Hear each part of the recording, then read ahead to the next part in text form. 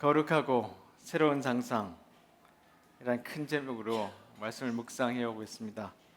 29번째 말씀인데 아마 시리즈 말씀으로 제일 제가 긴 시리즈를 하고 있지 않나 그런 생각이 드네요. 이 상상이라는 주제로 말씀을 전하다 보니까 예수님의 상상이 얼마나 대단하셨나, 그리고 교회를 통해서도 얼마나 큰 상상들이 현실이 되어가고 있었나를 생각해 볼때 이 주제가 우리에게 계속해서 또 주시는 은혜가 있다는 생각이 좀 듭니다. 오늘은 경계를 걸으라는 예수님의 초청이라는 제목으로 말씀을 나누려고 합니다.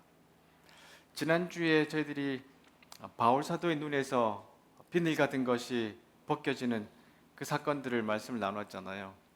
그것은 단순히 그냥 눈이 다시 보게 됐다는 것보다 세상을 새롭게 보는, 예수님을 통해서 이제 그가 갖고 있었던 세계관이나 모든 것이 완전히 달라지고 그가 배웠던 모든 것이 이제 예수님을 통해서 새롭게 발견되는 놀라운 일을 경험하면서 이방인을 위한 사도로 또 사역하게 되는 그런 중요한 사건 장면들을 배워왔습니다. 신약 성경의 양대 산맥이라고 할 수 있는 그 사울과 오늘은 이제 베드로의 말씀인데, 오늘 사건도 이 사울의 사건 못지않게 사실은 대단한 사건 중에 하나입니다. 베드로의 삶을 전환시키는 예수님의 놀라우신 방식이었는데, 이 말씀을 통해서 우리도 주님의 지혜를 오늘 좀 묵상하고 배워보는 시간이 좀 되었으면 좋겠습니다. 베드로가 사역을 하고 조금 시장한 이제 시간이 되었어요. 아마 정오 12시 정도 돼서 다른 사람이 음식을 준비하고 있을 때 옥상에 기도하러 갔습니다. 유대인 집들이 이렇게 평평하게 돼 있어서 또 밤에 더울 때 자기도 하는 그런 장소기도 한데, 올라가서 이렇게 기도 중에 환상을 보게 되죠. 그리고 음성을 듣습니다. 자, 이런 사건들을 오늘 이제 성경 봉독해 주실 때 여러분들도 들으셨고, 또 이미 알고 계신 분들도, 이미 교회를 오래 다니신 분들은 잘 알고 계시는데, 이 사건은 굉장히 또한 특별한 사건이었어요. 그래서 이 말씀을 통해서 몇 가지 좀 살펴보려고 하는데, 경계라는 말을 오늘 제가 씁니다. 이제 베드로가 뼛속까지 유대인입니다. 그래서 그 베드로의 삶은 어떤 경계 안에 갇혀 있었어요. 베드로가 이제 기도하러 지붕으로 올라갔는데 아마 음식 냄새도 나고 이러는 상황이었던지 모르겠어요. 그리고 환상을 보는데 하늘이 열리고 보자기 같은 것에 짐승들이 내려옵니다. 보시면 4발 달린 짐승과 땅에 기어다니는 파충류와 날짐승들이 있었다, 그렇게 기록되어 있어요. 그래서 그 음성이 또한 베드로야 일어나 그것을 잡아먹어라, 그게 당장 주님이라고 베드로가 반응하는 걸 보니까 예수님의 음성이었던 것 같아요. 금방 알아들을 수 있었겠죠, 베드로는. 근데 베드로의 반응을 보시면 주님이 잡아먹으라 하는데 전 못하겠습니다, 이렇게 나와요. 저는 속되거나 부정한 것을 지금까지 먹은 적이 없습니다. 아주 단호하게 예수님의 그 말씀을 거부합니다. 자, 왜 그러냐면 여러분 이제 레위기에 보시면 이스라엘 백성들이 출애굽하고 난 다음에 가나안 땅으로 들어갈 때 지켜야 할 중요한 법도를 이야기하죠. 그때 아주 이상한 법도를 이야기해 줍니다. 음식 법도를 넣어놔요. 뭐 이웃과 어떻게 하라, 부모님을 어떻게 하라, 뭐 나를 어떻게 다스려라, 이렇게 이야기하는 건 좋은데 음식을 상세하게 이야기합니다. 자, 땅에 사는 짐승 가운데 너희가 먹어도 되는 게 있어. 근데 굽이 완전히 갈라지고 새김질하는 짐승은 먹어. 이렇게 보시면 위쪽에 있는 짐승들입니다. 소 같은 경우. 근데 새김질을 하지만 굽이 안 갈라진 짐승은 먹지 마. 낙타는 먹지 마. 아주 상세하게 이야기합니다. 근데 그 낙타는 너에게 부정하다고 이야기를 해요. 오소리도 새김질하지만 굽이 갈라지 않았으니까 부정하고, 토끼 먹지 마, 돼지 먹지 마, 그리고 이런 짐승은 죽은 짐승 만지지도 마. 이거는 이제 육류에 해당되는 건데 굉장히 상세하게 이야기하고 있습니다. 자, 그런데 왜 이렇게 이런 율법 가운데 음식법을 집어넣어놨나? 자, 여기서 톰라이트 주교가 이런 설명을 하는데요. 유대인 음식법의 기본적인 사항, 그걸 기억해야 되는데 돼지고기 먹지 말라는 이런 단순한 문제가 아니에요. 돼지고기는 빨리 부패하니까 그런 내용이 아니었어요. 유대인이 먹을 수 없는 종류는 돼지고기 말고도 다양했는데 보세요. 이 음식법이 뭐라고요? 유대인과 비유대인을 구분하는 방식이었어요. 유대인이 비유대인과 함께 먹으며 보세요. 식탁 교제를 금지하며 그 구분은 더 강화되는데 유대인들은 같이 앉아서 음식을 먹으면 가족이라고 생각했어요. 그래서 가족이 구별되도록 출애굽을 했는데 이 당시 가나안 사람들은 굉장히 심하게 우상 숭배를 하던 사람이었어요. 성전 안에 말할 수 없는 음란한 타락한 일들이 있었고요. 그리고 이 가나안 사람들하고 같이 살게 될 때 가나안 사람들이 즐겨 먹는 음식을 이스라엘 사람들이 같이 먹으면 어떻게 될까요? 한 식탁에서 자연스럽게 우상 숭배나 음란한 그 사람들의 문화와 삶을 죄를 받아들이게 되겠죠. 그러니까 그 사람들하고 이 음식 거래하지 마. 먹지 말라기 전에는 벌써 거래하지 말라는 것을 선을 그어둔 거예요. 그래서 너희들 조금 거룩하고 특별하게 살아. 저 가나안 사람들, 너희들이 곧 들어갈 그 젖과 꿀이 흐르는 그 가나안에서는 특별한 하나님이 선택하신 방법으로 살아야 돼. 그래서 중요한 특징 하나가 이 음식 문화였어요. 근데 이게 수백 년 동안 이스라엘 사람들을 강력하게 규정 짓는 아주 큰 법이었어요. 그러니까 이 베드로가 조금 전에 말했잖아요. 나는 한 번도 부정한 음식 먹어본 적이 없다고 할 정도예요. 보세요. 이스라엘 사람들이 이방인과 얼마나 어울리기를 싫어했나 하면 이방인이 손으로 짠 우유와 그들이 만든 빵과 기름은 외부인에게는 팔 수 있어도 이스라엘 사람들은 못 먹어요. 사면 안 돼요. 경건한 유대인이라면 당연히 이방인과 함께 밥 먹어서는 안 돼요. 만일 유대인의 집에 이방인을 초대한다고 하면 그 사람을 방 안에 홀로 있게 해서는 안 되고 그렇지 않으면 식탁에 차린 음식과 마실 것이 모두 부정하다. 먹을 수 없게 되는 거예요. 다 이방인에게 심지어 조리기구를 샀으면 불이나 물로 먼저 정결 의식을 치르고 칼은 새로 갈고 고기 굽는 꼬챙이는 사용하기 전에 불로 빨갛게 되도록 달구고 이방인에게 집이나 밭을 세놓거나 가축을 파는 일은 율법에 합당하지 않은 일이었고 물론 이교 신앙과 관련된 건 철저하게 배격했고요. 보세요. 천을 짜는데 이게 북이라고 하죠. 이렇게 왔다 갔다 하는 나무로 된 거. 이게 만약에 우상에게 바쳐진 숲의 목재로 만들었다면 그 천은 남김없이 찢어버려야 된다. 이런 문화 속에 베드로가 살았어요. 철저하게 삶에 어떻게 하면 이방인과 접촉하지 않을까? 이방인이 만든 것이 있으면 내 삶이 부정하게 되니까 절대로 쓰지 말아야지. 짧게 보고 메이드 인 차이나 이런 상황이에요. 그러니까 절대로 그들과 함께 어울리지 마라.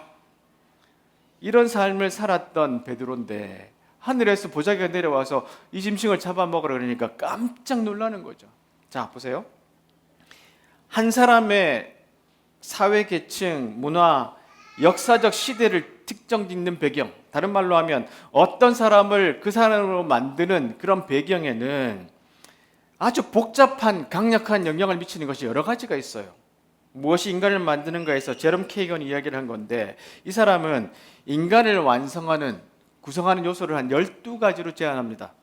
언어, 지식, 배경, 사회적 지위, 유전자, 뇌, 가족, 경험, 교육, 예측, 감정, 도덕, 더 많은 것들도 있겠죠. 자, 그림으로 보면 베드로라는 사람이 위에 이렇게 보이잖아요.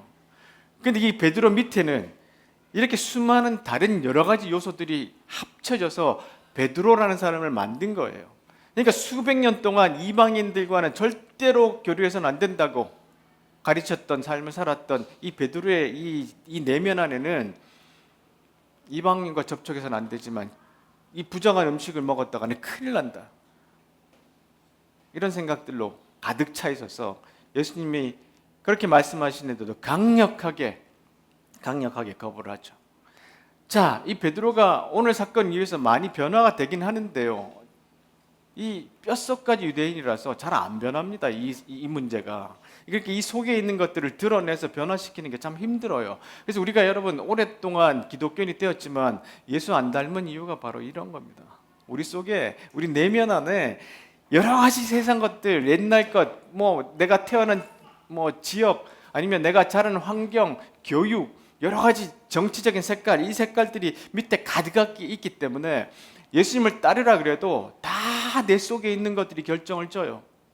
이 속에 있는 것을 드러내서 변화를 시켜야 되는데 이게 엄청 어렵다는 거죠. 자, 그 예를 하나 보시면 갈라디아서에 나와 있는데요. 베드로가 안디옥에 있을 때 큰 잘못을 하나 저질러요. 베드로가 안디옥에서 이제 거기 있는 이방인들하고 밥을 먹다가 예루살렘에서 유대인들 아마 선생님들 뭐 이런 랍비들이 쭉 내려온 것 같아요. 그러니까 밥 먹다가 쓱 빠져버려요. 이방인들하고 밥 먹는 걸 들킬까 봐.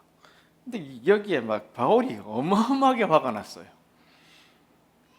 아니 베드로를 가장 예루살렘에서 큰 역할을 하고 있는 베드로에게 아주 심하게 야단을 칩니다. 베드로여, 당신은 유대인이면서도 유대인처럼 살지 않고 이방인처럼 살면서 어찌하여 이방인들에게 유대인처럼 살려고 합니까? 뭐 이러면서 이제 네가 왜 아직도 그 껍질을 못 버리냐고 계속해서 그런 책망을 하죠. 그렇게 변하는 게 쉽지 않아요.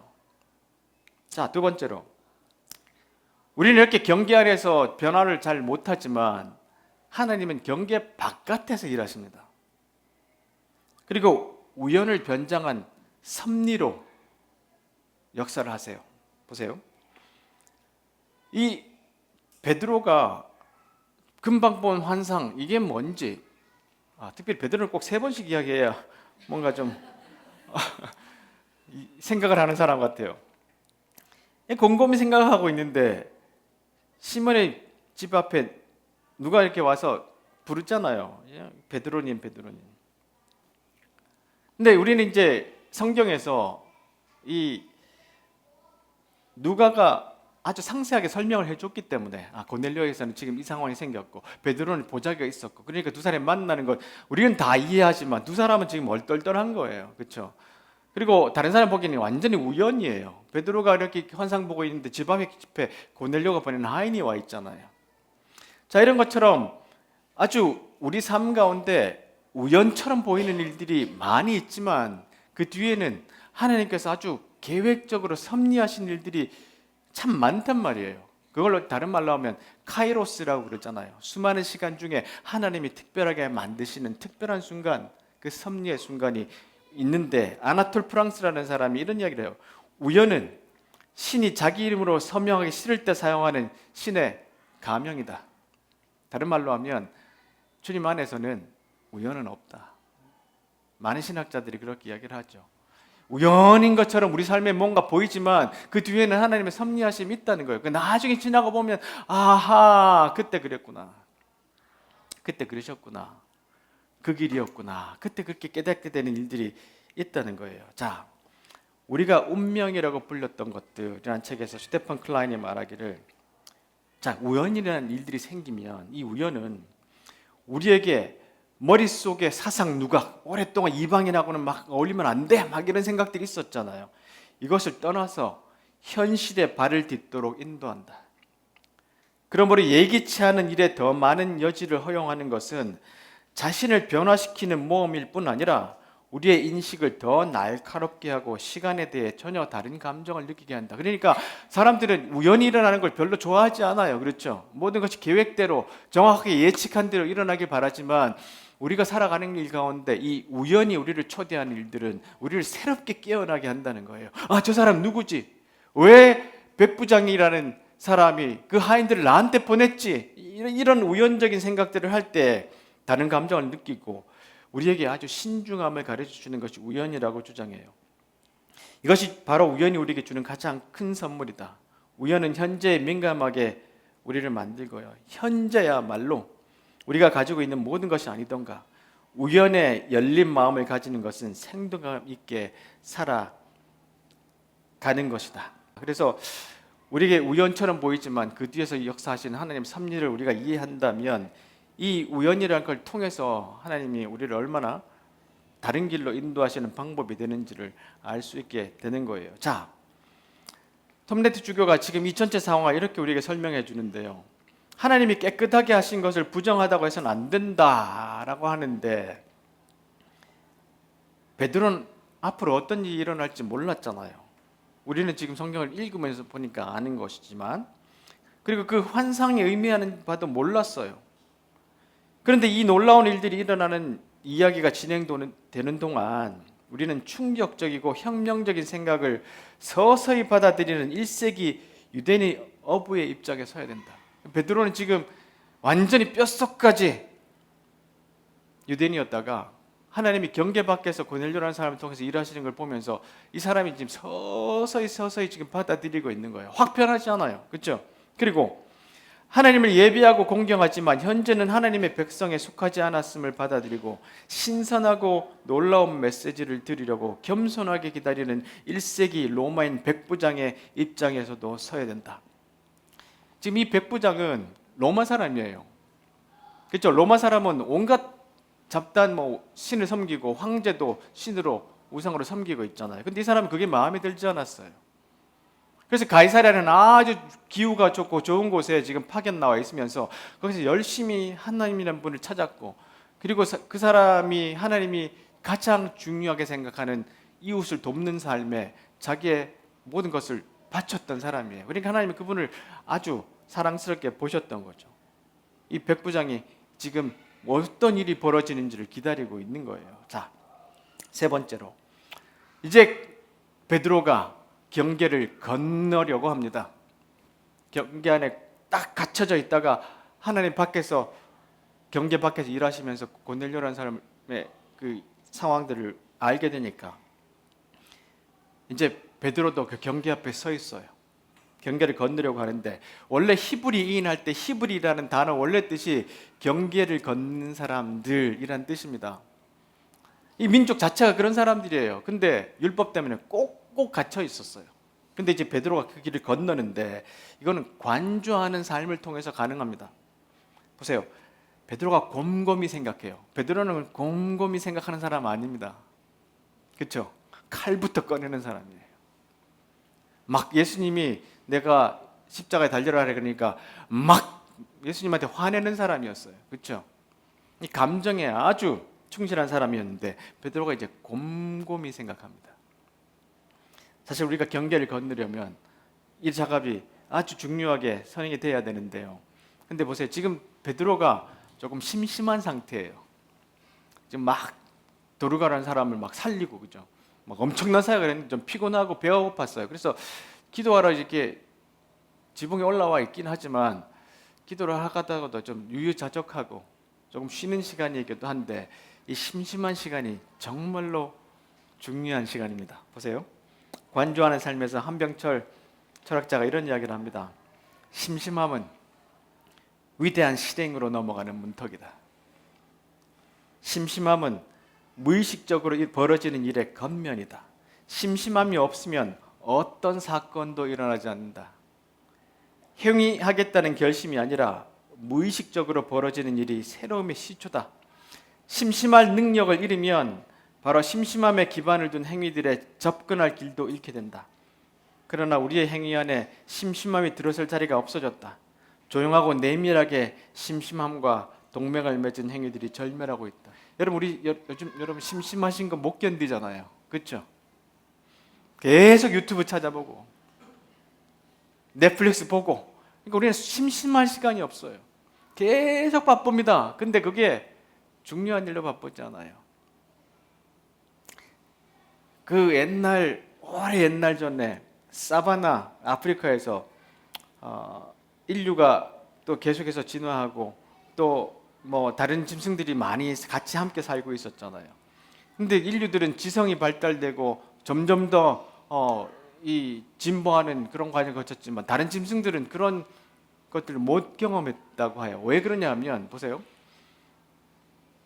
만약에 사슴이 풀을 뜯어 먹는 상황인데 사슴의 눈은 어딜 보고 있죠?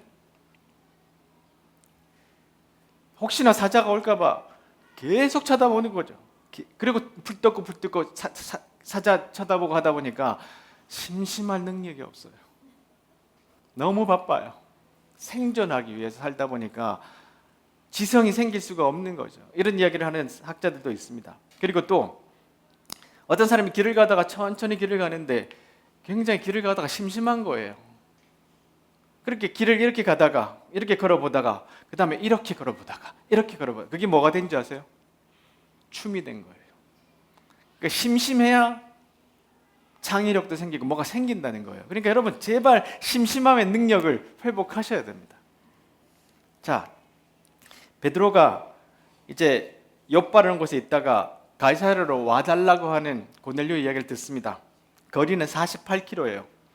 근데 직선 거리는 그렇고 걸어가면 길이 구불구불하니까 한 60km 이상 된다고 합니다. 이틀 정도 걸리는 거리인데 이때는 걸어가잖아요. 베드로가 걸으며 생각해요. 그 환상이 뭐였지? 왜 그 짐승들 내려버려서 나보고 잡아먹으라 그랬지? 왜 고넬료라는 사람이 이 하인들을 보냈는데 그 하인들이 이야기를 들어보니까 너무 신기한데? 이 고넬료는 백부장이잖아. 내가 이방인하고 가서 밥 먹어도 되나? 그 집에 들어가도 될까? 계속 이런 생각을 하면서 걷는 거예요. 길게 안내서에서 이런 상황들을 좀 설명해 주는데 레베카 솔릿이 이런 이야기를 합니다. 어떤 사람이 그 유명한 겨울밤에 친구들과 함께 집으로 가던 중에 이런 생각이 들었어요. 여러 가지 생각들이 머릿속에서 매끄럽게 맞아떨어져서 성취하는 사람들에게는, 특히 문학적으로 성취를 거두는 사람에게는 어떤 특징이 있어야 하는가에 대한 답이 번뜩 떠올랐다. 집으로 걸어가던 중 심심할 때예요. 자, 그게 뭐냐면 소극적 능력이에요. 심심한 능력이에요. 막 바쁘게 설치는 게 아니라 기다리는 거예요. 사실과 이성을 찾아 초조하게 체매는 대신에 불확실성, 미스터리, 의문을 수용할 줄 아는 능력. 지금 이 베드로가 본 환상들이 너무나 미스테리하잖아요. 답을 막 찾고 막 초조하는 것이 아니라 이틀을 걸어가면서 계속해서 관조하고 묵상해보고 생각해보는 거예요. 이게 무슨 의미인가? 근데 이것이 우리 삶에서 사라져버렸기 때문에 우리가 묵상이라는 것을 할 수가 없는 상황이 돼버린 거예요. 그래서 우리도 이렇게 아하 모멘트처럼 이렇게 매끄럽게 뭐가 맞아 떨어지는 상황들로 가려면 이런 묵상하는 시간들, 천천히 가는 시간들이 우리에게 있어야 돼요. 소극적으로, 수동적으로 기다리는 능력이 우리에게 필요한 시대입니다. 자, 솔릿이 계속해서 이어서 말하기를, 우리에게 필요한 것은 아마 예견할 수 있는 것의 역할을 인정하는 기술, 불쑥불쑥 놀라움을 접하면서도 균형을 유지할 수 있는 기술, 우연과 협동하는 기술. 세상에는 본질적인 미스터리가 존재하기에 우리의 예상과 계획과 통제는 한계가 있기 마련임을 깨닫는 기술일 것이다. 이 환상 가운데 일하시는 주님 앞에 우리가 그 섭리 가운데 가는 것은 그 주님의 섭리 안에 우리가 동참하는 거예요. 우리의 계획과 방식이 아니라 예견할 수 없는 것을 예측하는 것, 이것은 아마 삶이 우리에게 가장 많이 요구하는 역설적 작동이기도 할 것이다. 지금 주님은 이렇게 일하고 계신 거예요. 우연이라는 모습으로 변정해서요. 자, 그런데 이렇게 변화하는 과정들이 쉽지 않아요. 그냥 이틀 만에 째깍째깍 바뀌고 그렇지 않습니다. 고통이 수반합니다. 베드로가 얼마나 나중에 아까 바울의 그 야단도 맞지만 그 유대에서 온 선생들하고 계속해서 싸워야 되는 상황들을 겪어야 되는지 몰라요. 보세요. 자, 이렇게 힘드는 것이 관조가 일어나고 있다는 것의 징표다. 이 관조를 통해서는 결국에 축복으로 이어지긴 하지만 우리가 지금 소중히 여기는 어떤 신념들, 베드로가 갖고 있는 이방인에 대한 그런 생각들, 그들과 어울리지 말아야 된다, 섞이지 말아야 된다는 이 신념들이 부서지고 부적절하고 잘못되었다는 것을 깨닫는 고통이 우리에게 있게 되는 거예요. 자, 우리에게 친숙한 위안거리를 빼앗아 간다. 그런 건 뭐냐 하면 내가 유대인들끼리만 있으면 편하죠. 그렇죠? 그걸 컴포트 존이라고 그럽니다. 여러분, 편안한 지역이에요. 나하고 비슷한 사람들하고 있으면 편합니다. 근데 거기서는 아무 일도 일어나지 않아요. 그 속에서 빠져나올 때 환상에서 실상에 이르는 관조의 여정은 마침내 평화로운 여정에 도달하는데 그 과정이 힘들어요. 여러분, 나와 다른 사람들하고 섞이는 것 즐겨 하십니까?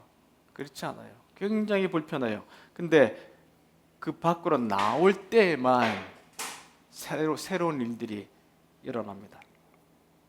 자, 네 번째로. 근데 이 베드로가 백부장으로 그 가이사랴에 있는 백부장을 향해서 갈 때 누구 생각이 났을까요? 당연히 예수님이 생각났겠죠. 왜냐하면 백부장을 베드로가 처음 본 게 아니잖아요. 그렇죠? 예수님께서 먼저 경계를 허무셨어요. 언제냐 하면 바로 예수님께서 가버나움으로 가셨는데 거기에 백부장 한 사람이 나오잖아요. 이 사람이 자기의 종이 지금 중풍으로 누워 있으니까 제발 와서 고쳐달라고 하는 장면을 베드로가 옆에서 봤단 말이에요. 근데 예수님께서 백부장은 로마 사람이니까 나는 만날 수 없어. 그 종은 내가 못 고쳐. 그러지 않으셨잖아요. 그렇죠? 놀랍게도 예수님께서는 그의 말을 듣고는 이스라엘에서 가장 큰 믿음을 가진 사람이 이 백부장이라고 이야기해 줬어요. 그 생각이 이틀 동안 가이사랴로 가는 가운데 베드로의 머릿속에 떠올랐겠죠. 그때 예수님이 그 백부장 만나면서 했던 말이 그 사람이 가장 큰 믿음을 가졌던 자라고 예수님 인정해 줬는데, 내가 지금 백부장이라는 다른 사람이겠죠. 이 사람에게 이름은 이제 예수님이 만났던 백부장 이름은 나오지 않지만 오늘은 고넬료라는 이름이 등장해요. 이 백부장을 만나러 갈 때 베드로 마음에는 예수님이 그 경계를 허무셨던 사건들이 계속해서 마음속에 나타났을 거예요. 그러니까 우리 상상의 출발은 예수님이 무슨 일을 행하셨는지를 보는 것에 있어요. 어떤 사건이 일어났을 때, 단어가 있을 때, 사람이 있을 때, 예수님은 그 사람을 만날 때, 이런 류를 만날 때 이렇게 행하셨지, 그런 생각을 하는 거죠. 예수님이 그 백부장을 만났을 때 얼마나 자애롭게 또 사랑하는 마음으로 놀랍게 그를 칭찬해 주는지 베드로는 기억했을 거예요. 자, 솔릿이 계속해서 말하기를, 우리가 삶에서 원하는 것은 우리를 변화시키는 무엇이다. 우리는 뭔가 변화하기 원해요.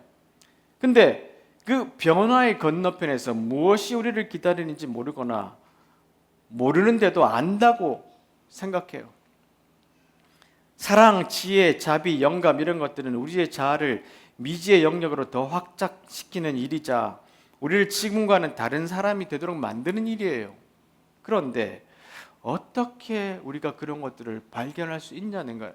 중요한 질문이죠. 우리가 이 놀라운 사랑, 지혜, 자비, 영감 같은 이 미지의 영역을 어떻게 우리 삶으로 초청할까? 바로 예수께서 벌써 이 일들을 행하셨던 거예요. 경계를 다 허무셨던 사건들을 베드로는 그 옆에서 항상 지켜봤어요. 그러니까 이미 경계를 허무셨지. 그 백부장을 만나줬지. 나도 고넬료에게 올라가서 오늘 예수님이 하셨던 것처럼 할 거야 하는 생각들을 하게 된 거죠. 그 길을 걸어라 해서 유진 피터슨이 말합니다. 예수님의 길은 강요할 수도 없고 지도로 그릴 수도 없는데 예수님의 길은 때로는 이상하고 낯선 영역으로 우리를 인도하시는 예수님을 적극적으로 따르라고 요구합니다. 근데 머뭇거림과 질문 속에서만 분명해지는 상황들, 동료와 함께 그리고 예수님과 함께 기도에 젖은 대화를 나누는 잠깐의 멈춤과 성찰 속에서만 분명해지는 상황들에 적극적으로 동참하라 하는 요구가 있다고 하는데, 보세요. 베드로가 기도하잖아요. 멈춰서 지금 옥상에서 올라가서 기도하잖아요. 그 상황에서 이 사건들이, 경계를 건너는 사건들이 시작되고 진행이 된 거예요. 우리의 사건도 마찬가지다. 우리 안에 많은 일들이 일어나요. 저도 이번 한 주에 얼마나 많은 일이 일어난지 몰라요. 어젯밤에도 잠이 안 와서 2시간 자고 왔어요. 근데 그런 생각해요. 이건 지금 뭐와 연결이 될까? 이건 내가 어떻게 해석해야 될까? 예수님 나에게 바라는 게 뭘까? 예수님 어떻게 이를 경계를 건너셨나? 이런 질문을 통해서 우리에게 주어진 사건들을 다시 한번 생각해 보는 거예요. 우리의 상상의 출발은 경계를 허무셨던 예수님입니다. 말씀을 맺겠습니다. 이제 마침내 베드로가 경계를 건너요. 이 환상과 현실이 조화가 되는 상황을 만납니다. 베드로가 이런 말을 합니다.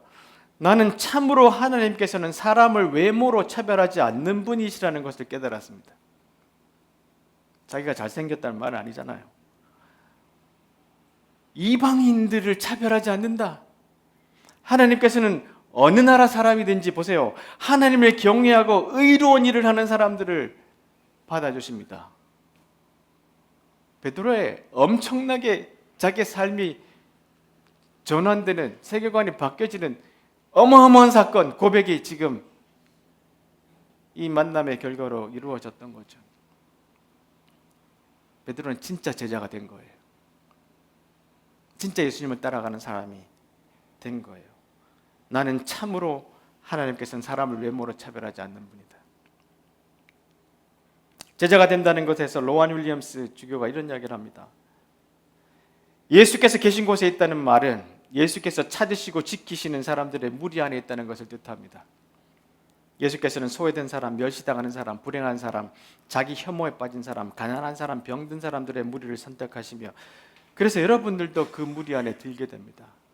예수님이 이런 일을 안 하셨다면 우리가 이 무리 안에 지금 없겠죠. 만일 여러분들이 이 예수께서 계신 곳에 있기를 원하고 또 간헐적인 것이 아니라 삶의 방식으로 제자가 되라면, 제자도를 실천한다면 당연히 여러분은 그분이 계신 그 인간 무리 속에 속하게 됩니다. 그게 제자도예요. 우리도 예수님이 하셨던 그 방식대로 경계를 허무신 것처럼 우리도 그 경계를 건너야 된다는 거예요. 자, 그래서 두 번째 산에서 말하기를 데이비드 브룩스가 말합니다. 이런 것을 그냥 개인적으로 헬스장에 가는 것처럼 혼자 인격을 세우는 것이 아니라, 보세요, 사랑할 가치가 있는 것을 사랑하고 어떤 공동체의 대의에 순종하는 것, 다른 사람에게 봉사하고 사랑의 애착관계를 두텁게 하고 다른 사람이 나를 보살피는 일상적인 행동 속에서 스스로를 잊어버리듯이 나 역시 다른 사람들을 보살피는 일상적인 행동 속에서 나 자신을 잊어버리는 것, 이런 제자도의 삶으로 삶이 바뀌어지는 거죠. 자, 구체적인 예를 하나 소개하고 오늘 말씀을 정리하겠는데요. 미래를 먼저 경험했습니다라는 책, 이 책은 뭐냐면 아프간에서 여러분 한국 사람들을 도왔던 사람들을 탈출시켜가지고 데려왔던 사건 기억하시죠? 1년 동안 그들이 있고 난 다음에 그 사건들을 기록한 책이에요. 거기에 보면 보세요. 난민을 받아들이자는 인도주의적 접근이 혹시라도 예상치 못한 폐해를 불러올지 않을지, 물론 많은 사람들이 반대했잖아요.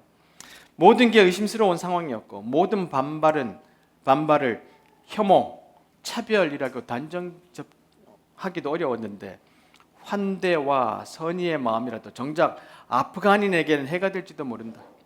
무엇이 혐오이고 어디까지가 환대인지 불분명한 시기를 지나면서 첫 등교일이 다가오고 있었다. 애들 학교에 보내야 되는 상황이 온 거예요. 7월 6일 울산시의회 본회의의 첫 시정보고 자리에서 노 교육감이 말했다. 우리 교육청은 한 명의 아이도 포기하지 않는 울산 교육을 교육 비전으로 새롭게 출발하고자 합니다. 현재 입시 위주 경쟁 교육은 모두가 불행한 사회로 만듭니다. 서로 협력하고 함께 생각을 공유할 때 창의력도 생깁니다. 각자가 가진 저마다의 재능과 소질을 충분히 발휘할 수 있는 교육이 개인도 행복하고 사회 발전에도 유익합니다. 이게 경계를 건너는 사람의 생각이에요. 미래를 먼저 경험했습니다라는 글에 있는 것처럼 여러분, 우리 한국은 소멸 국가입니다. 인구 소멸 국가. 얼마 지나지 않으면 우리는 정말 심각한 상황에 처할 것이라고 많은 경고를 듣고 있습니다. 그리고 결국 우리가 살아날 길은 이렇게 많은 사람들이 와서 빈자리를 채워야 되는데 그것이 미래예요. 실제로 일들이 일어나고 있습니다.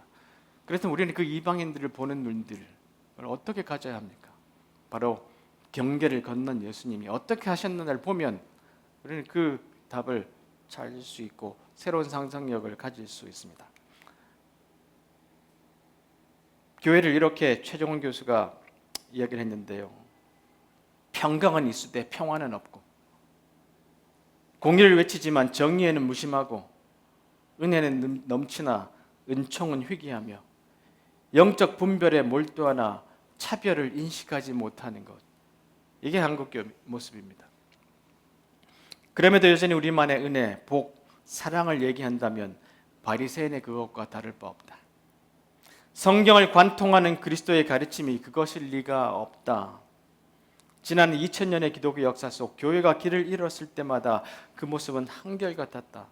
자기 중심성 속에서 높은 벽을 치고 안전하다, 평화롭다 그렇게 교회가 이야기했습니다. 이제 스스로 가둬버린 장벽을 열고 경계선을 향해 걸어야 한다. 그 위에 서야 한다. 그것이 그리스도의 복음이 다시 생명을 얻는 길이라고 나는 믿는다. 오늘 말씀을 통해서 우리가 다시 한번 예수님이 어떻게 경계를 허무셨는지, 우리를 어떻게 초청하고 계신지, 이 복잡다단하고 빨리 변하는 시도 속에서 우리는 그리스도인으로서 교회로서 어떻게 환대하고 살아야 하는지 다시 한번 배우고 우리 삶으로 실천하는 우리 성도들이 되기를 간절히 바랍니다. 기도하겠습니다.